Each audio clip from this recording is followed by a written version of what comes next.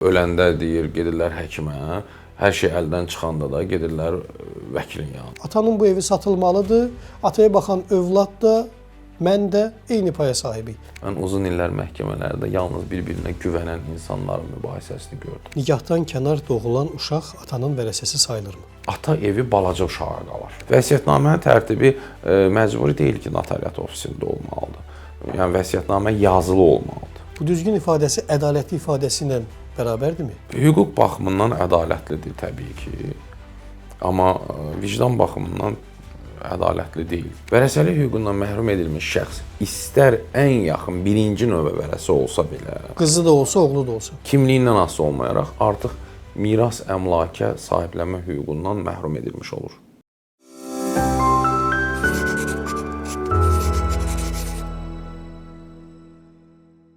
Hər vaxtınız xeyir, Hardan Başlamalı efirdədir. Bu dəfə qonağımız vəkil Elvin Səlimov olacaq. Elvin bəy, xoş gəlmisiniz. Xoş gününüz olsun. Elvin bəy, bu dəfə istəyirəm sizinlə miras məsələləri haqqında danışaq, vərəsəlikdən danışaq və vaxt itirmədən sualları keçmək istəyirəm. Nikahdan kənar doğulan uşaq atanın vərəsəsi sayılırmı? Qısa cavab desək, bəli, sayılır. Amma ümumi yanaşmanı istəyərdim cəmiyyət üçün də yəni daha düzgün formalaşsın. Baxın, gəlin bunu təməl hüquqlardan və ümumiyyətlə doğuluşdan götürək ki, insanın təməl hüquqlarından biri də, yəni doğulduqdan sonra onun yaranacaq hüquqlarından biri də miras hüququdur. Və nəzərə alsaq ki, doğulan uşaq hansı hüquqi münasibətlərdən doğulduğunu bilmir və bilməli də deyil.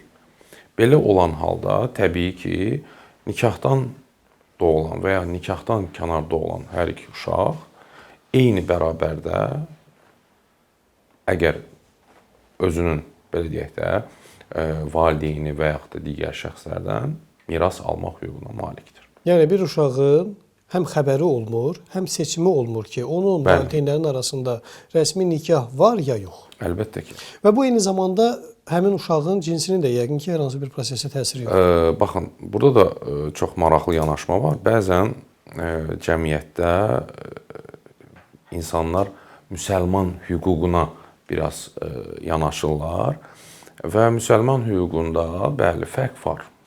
Yəni müsəlman hüququndan geçsək fərq var, amma Azərbaycan dünyəvi dövlətdir və bizim hüquq sistemimiz deməli elə bir qurulub ki, hər iki cins, yəni qadın və kişi cinsi bərabər hüquqlara malikdir və buna görə də nikah zamanı və ya nikahdan kənar doğulmuş uşağın cinsindən asılı olmayaraq hər ikisi bərabər hüquqlara malikdir mirasda.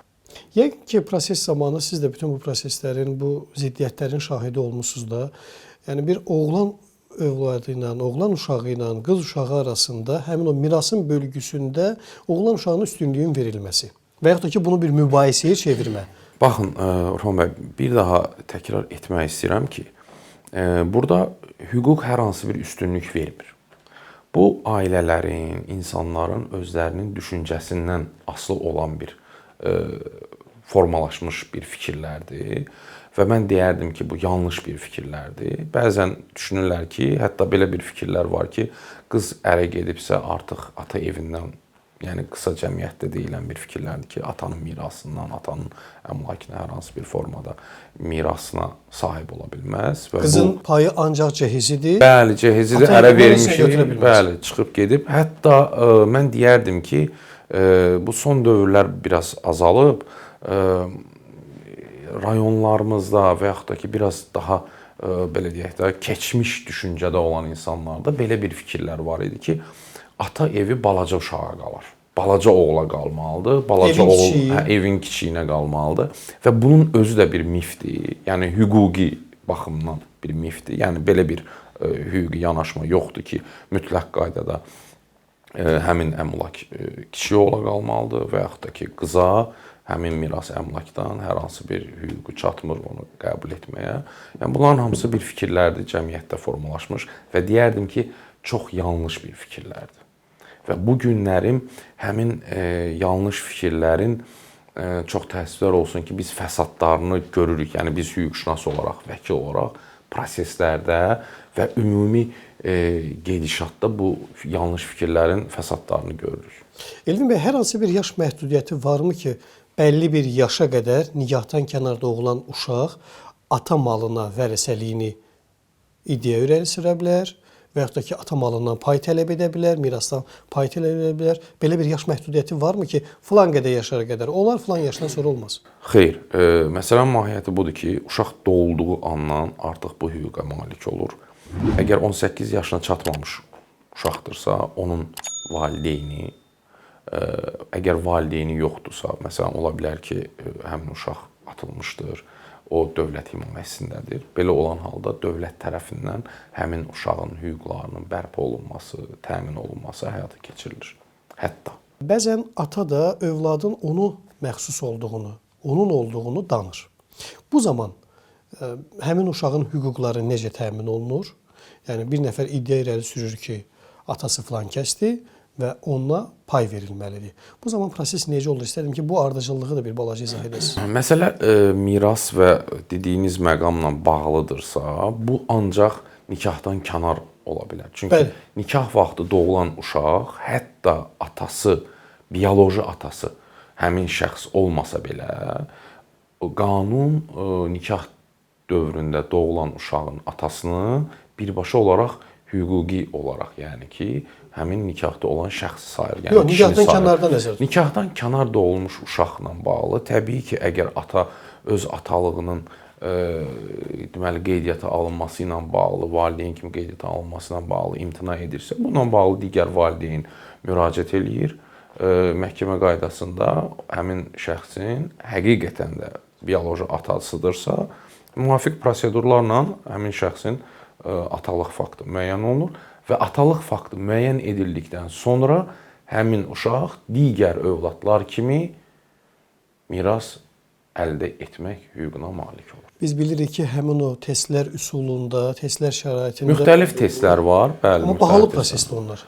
Xeyr, deməzdim bahalı prosesdir. Burada yanaşma tamamilə fərqlidir. Birincisi, genetik ekspertizanı əgər deyirsinizsə, genetik ekspertiza biraz dəyəri yuxarıdır. Amma belə olan halda, yəni əgər imtina edən tərəf, məsələn, ata imtina eləyir və yaxud da qəbul etmir, bilərəkdən ki, uşağın atası budur.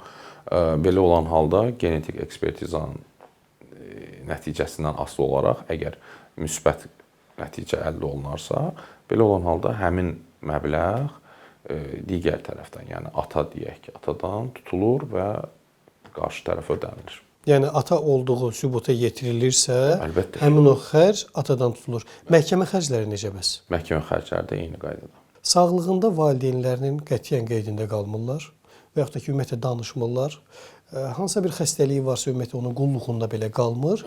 Amma dünyasını dəyişəndən sonra gəlib deyir ki, atanın bu evi satılmalıdır, ataya baxan övlad da, mən də eyni paya sahibiyik. Elədirmi həqiqətən? Təəssüflər olsun ki, elədim. Təcrübəmizdə də olub belə hallar ki, valideynin sağlığında övlad ümumiyyətlə valideynlə maraqlanmır, valideynin nə yeyib, nə içdiyindən maraqlanmır və valideynin əgər övladın qayğısına ehtiyacı varsa, bundan imtina edir və valideyn dünyasını dəyişdikdən sonra təbii ki, qanun üzrə vərəsəlik qaydasında hər iki, yəni hər iki deyək və yaxud da digər onun qayğısına çəkən, onun himayəsində olan, yəni faktiki himayəsində olan, onun bütün problemlərini həll edən övladla bərabər digər o qayğısını çəkməyən, maraqlanmayan, ümumiyyətlə, yəni itib batmış bir övlad da bərabər şəkildə miras paya malik olur. Ədalət hesab edirsinizmi bunu? Hüquq baxımından ədalətlidir təbii ki, amma vicdan baxımından ədalətli deyil.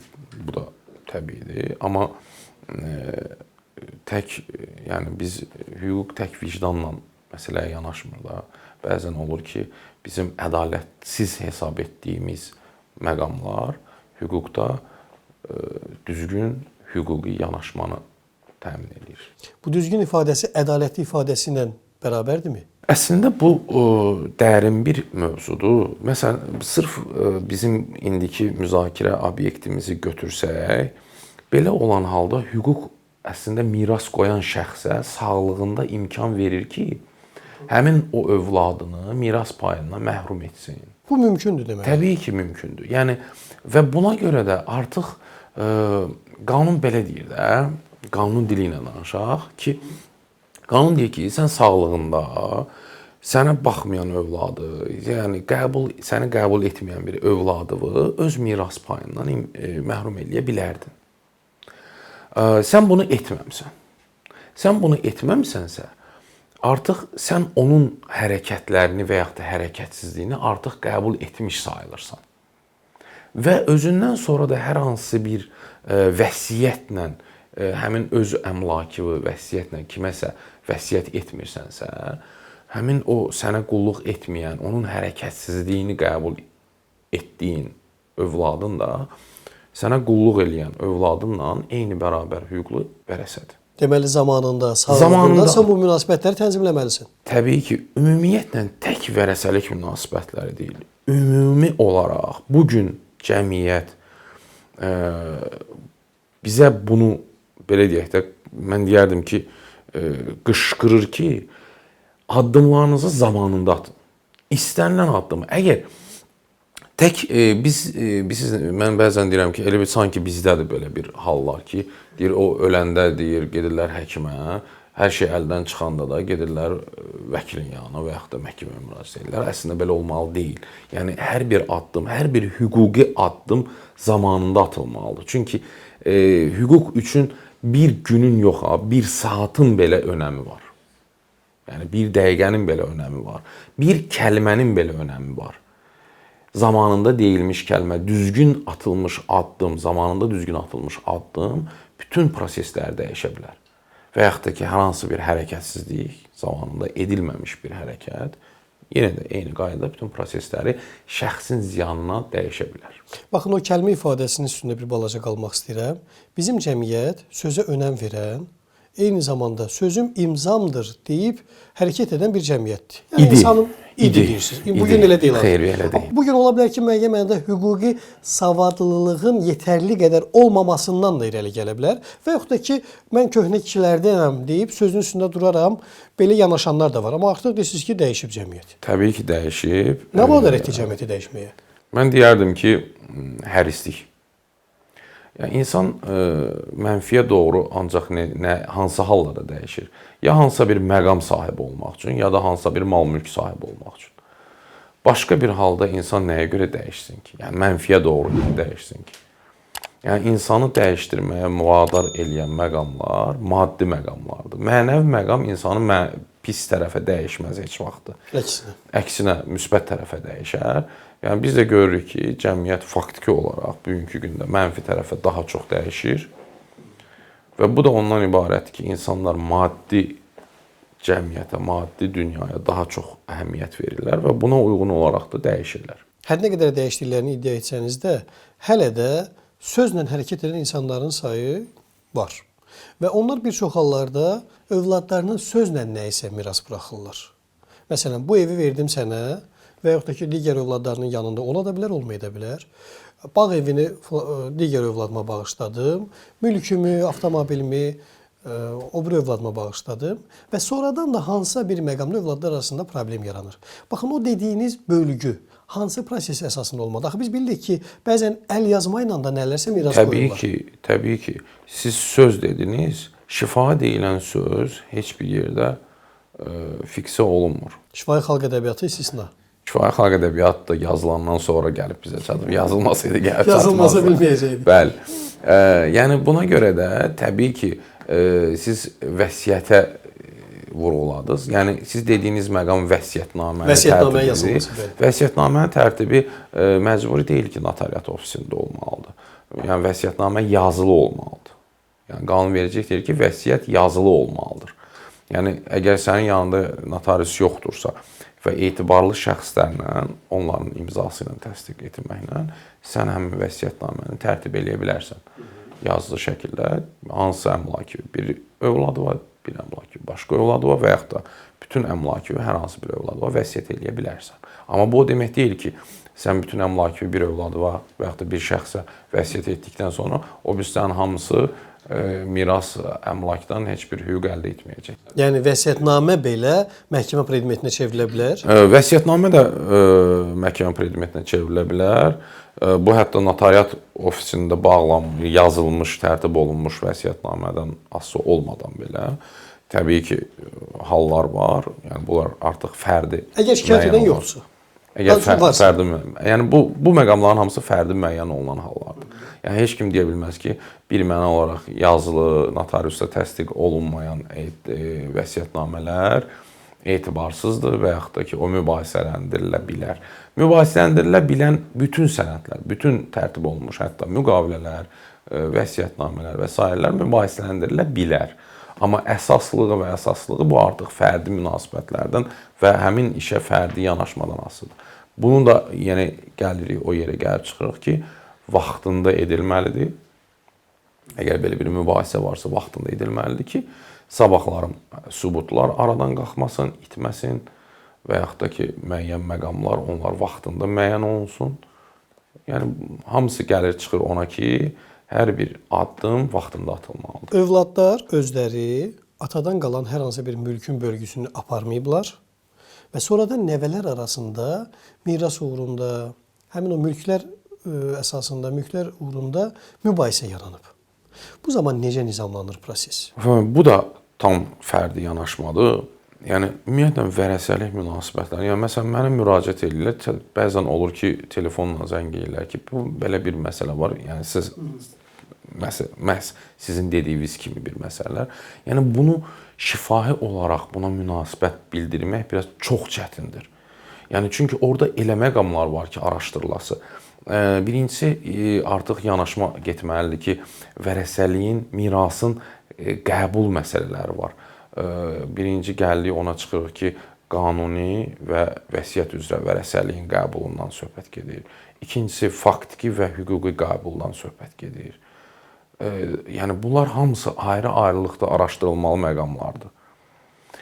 Daha sonra siz dediyiniz irsi transmissiyaya gəlib çıxırsan ki, əgər sənin babadan deyək də, babadan nəvəyə keçmə üsulu ancaq onda ola bilər ki, baba öldüyündə onun övladı ölmüş olsun və onun övladının da övladı olsun, belə olan halda ola bilər. Və yaxud da ki, ola bilər ki, baba dünyasını dəyişir.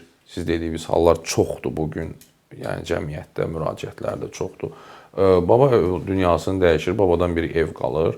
Daha sonra övlad o evdə yaşayır, övladları dünyaya gəlir, övladlar böyüyür artıq və bu da, yəni babadan sonraki övlad da dünyasını dəyişir və nəvələr bu günlərim miras əmlakı satmaq istəyirlər və yaxud da hansı bir formada onu özgəngləşdirmək istəyirlər və yaxud da öz adlarına keçirmək istəyirlər və burada artıq mübahisə yaranır. Bəlli olur ki, babanın başqa övladı da var, onun da bu evə. Yəni, təbii ki, burada artıq o qədər araşdırılası məqamlar var ki, yəni kimsə deyə bilməz ki, bugün, məsələn, ya efirdən, ya belə bir formada ki, şifahi formada, araşdırmadan, dərin araşdırmadan ki, yox, bunun hüququ yoxdur, bunun hüququ itib və yaxud da bunun hüququ qalır, bu hüququnu bərpa eləyə bilər və yaxud da bərpa eləyə bilməz. Bir mənalı hökm vermək olmaz. Bir mənalı heç vaxt buna yəni fikirlə, yəni qəti fikir söyləmək olmaz. O zaman bizi hazırda izləyən tamaşaçılar,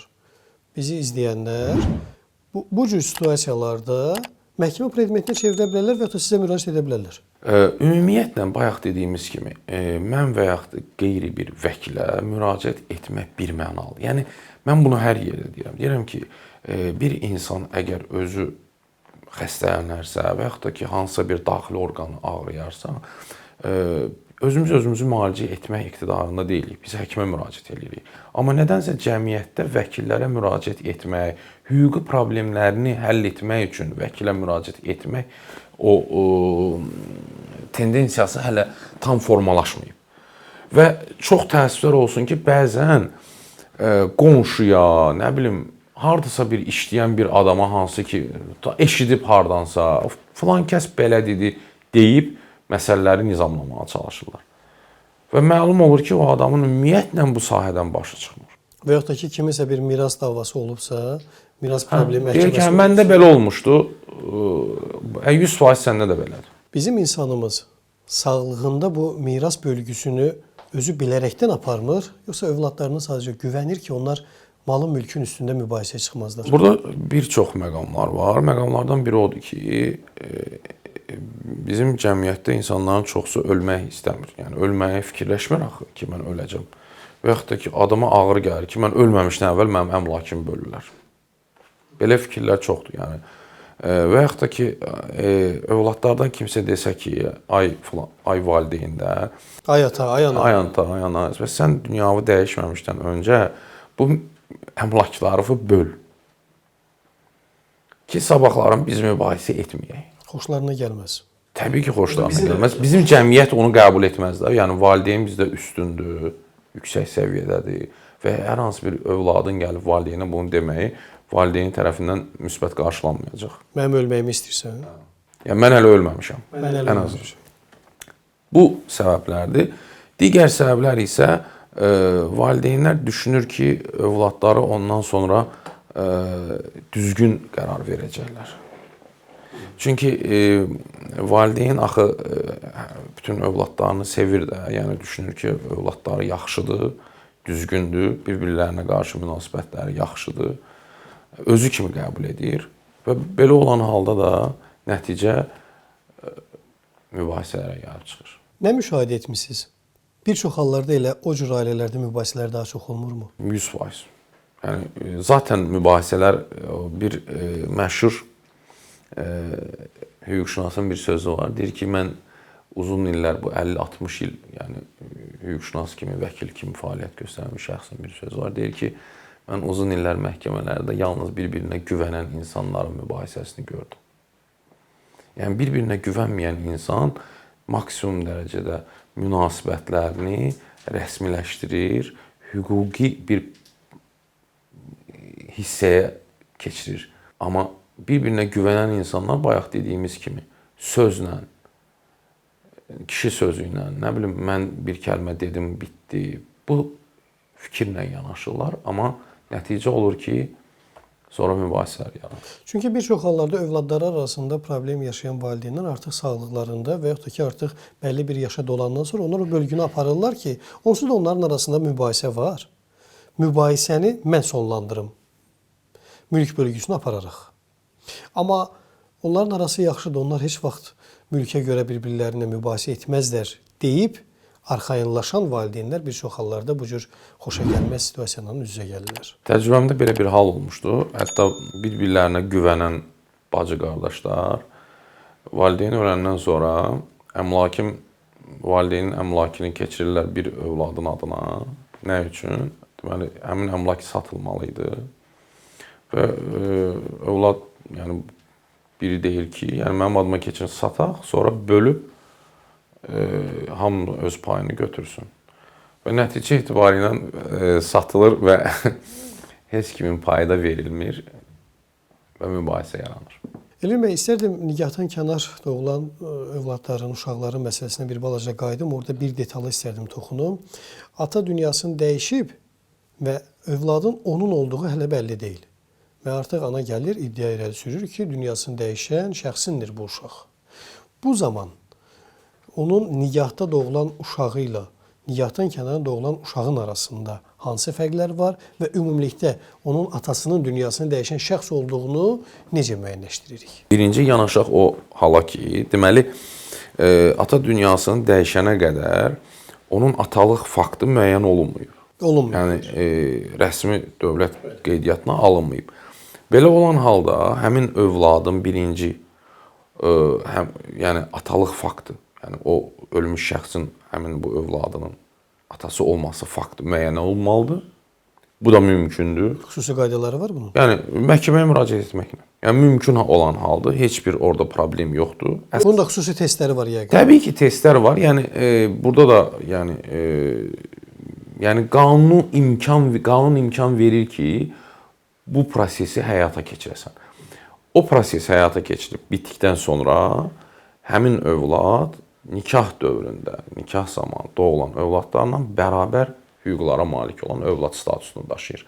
Amma onun ölmüş şəxsin övladı olması faktı, yəni onun atası olması faktı müəyyən edilməyənə qədər və bu dövlət qeydiyyatına alınmayana qədər o deyə bilməz ki, mən bu miras əmlaka sizinlə bərabər formada sahiblik etmək istəyirəm. Bəs sübut olunana qədər hansısa bir ev varsa, avtomobil varsa və satılırsa dərhal? Mən bir şey deyim, yenə də qayıdırıq o məqama ki, hər bir addım vaxtında və düzgün atılmalıdır. Vaxtında və düzgün atılan addım nəticəsi olacaq.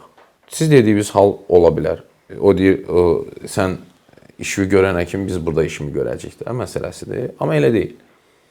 Mübahisə yarandığı halda həmin o prosesləri, miras, əmlakın qəbulu, vərəsəlik proseslərini hamısını dayandırmaq olar. Dayandırmaq mümkündür qanunla və o dayandırılır, bu proses yekunlaşır, daha sonra o proses davam edir. Yəni bunlar silsilə şəklində və mərhələli şəkildə olmalıdır.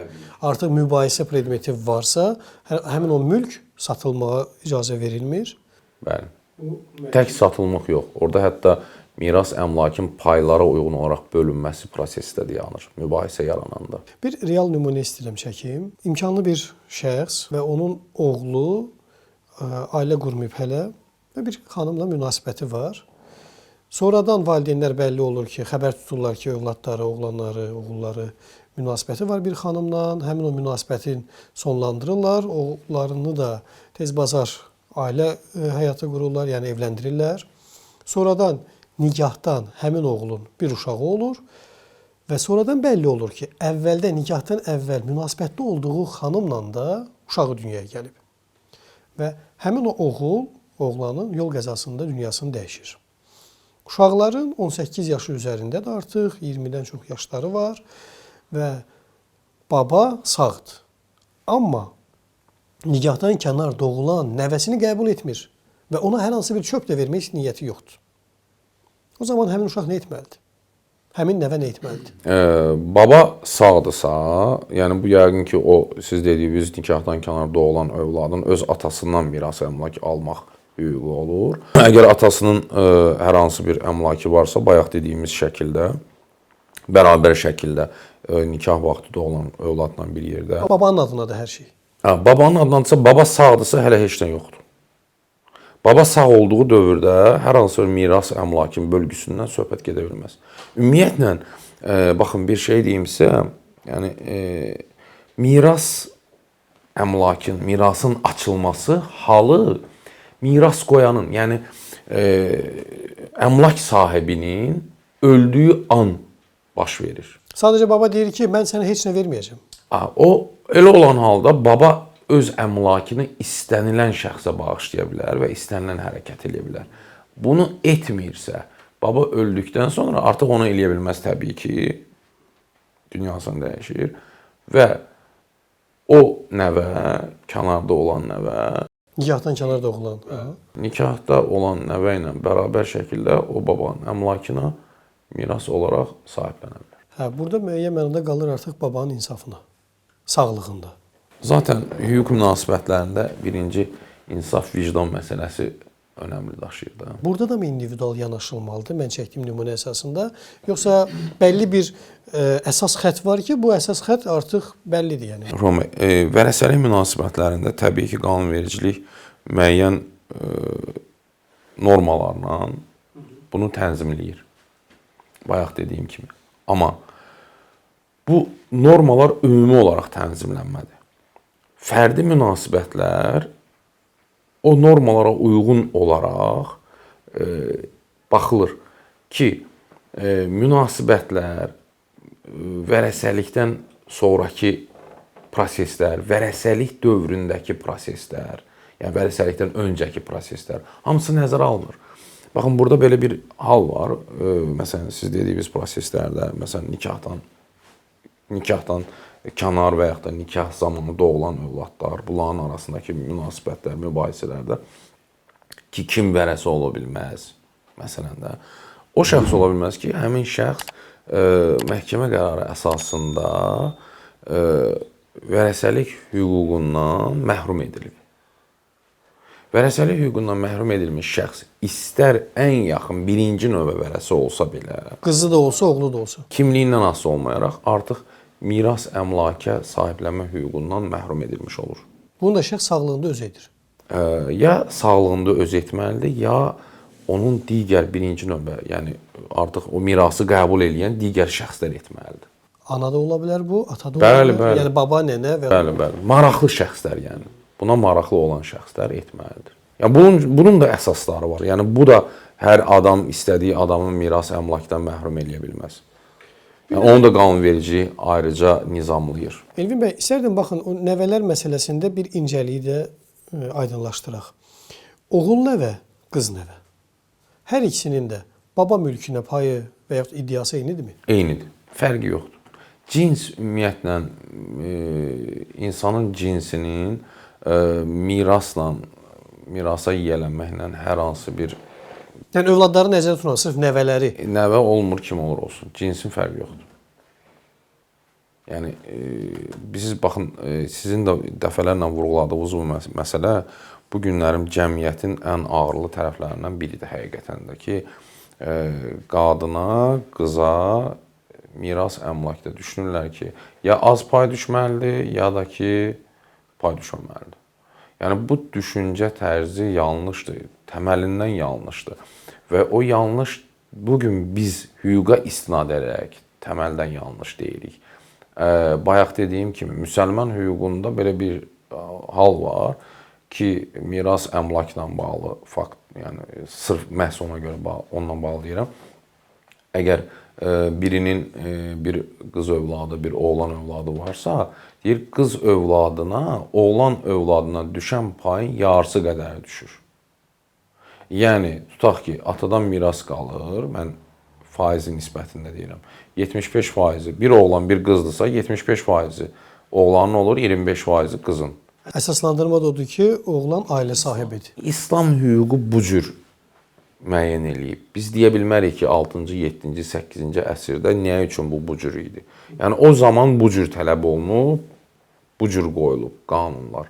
İndi bəzən düzdür, biraz izləyən insanlardan ola bilər, deyə bilərlər ki, bu Qurani-Kərimdə belədir, bu Allahın yazdığı kəlamdır falan da. Okey, yəni biz bir söz demirik, amma biz bu günlərin dünyəvi cəmiyyətdə yaşayırıqsa və düzgün nizamlanma proseslərini aparmaq istəyiriksə, ədalətli nizamlanma proseslərini aparmaq istəyiriksə, mən bu günlərim onu qəbul edə bilmirəm. Çünki bu ədalətli deyil. Yəni bir qız övladı ilə bir oğlan övladının arasında fərq qoymaq mən hüquqşünas baxımından vəkil olaraq bunu düzgün hesab etmirəm. Və buna görə də hesab edirəm ki, bu günlərim bizim qanunlarla, Azərbaycanın dünyəvi qanunlarla bu fərqin qoyulmaması daha ədalətli və daha düzgündür. Bu mənim şəxsi fikrimdir yəni. Təşəkkür edirik Elvin bəy. Minnətdarıq. Əziz tamaşaçılar, biz bugün hardan başlamalıda vəkil Elvin Səlimovla həmsöhbət olduq. Yenidən görüşəcəyik. Sağ olun.